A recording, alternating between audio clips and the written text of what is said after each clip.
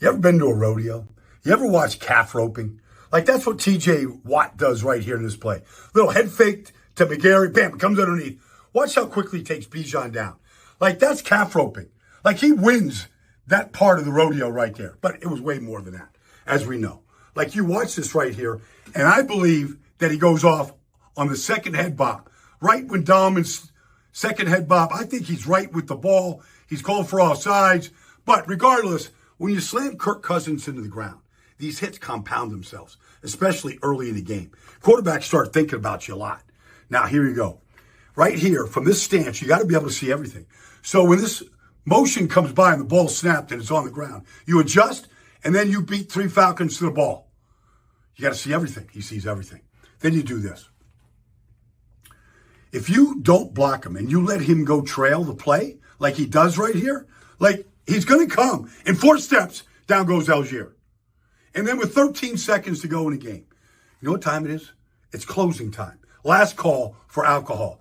The fake 2 hands to the chest, and then the rip. Bam!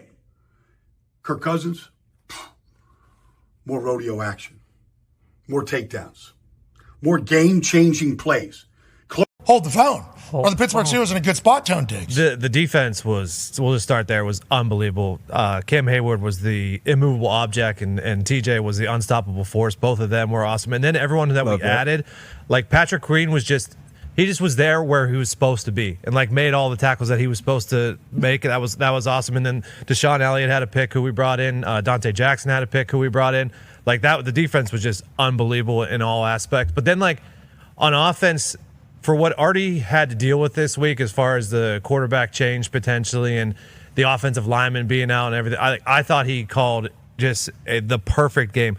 I went through and I went back, and I think it was like 27 dropbacks, and 15 of them were either play action or some sort of boot with Justin Fields. Like he didn't ask Justin Fields to do stuff that he knew Justin Fields couldn't do. Like that's a dart right there. Yeah. Great ball. So after 1 week, his deep balls, Justin Fields can throw the deep ball. So, like, if we could run the ball and if Justin Fields can work off of play action and boot and throw deep balls, like, I love what Artie did yesterday. They didn't turn the ball over. He didn't even give Justin a chance to turn the ball over. And GP is a legitimate number 1 wide receiver. Things are definitely up. Down. Falcons are using the silent count at home, which Steeler fans, best in the world.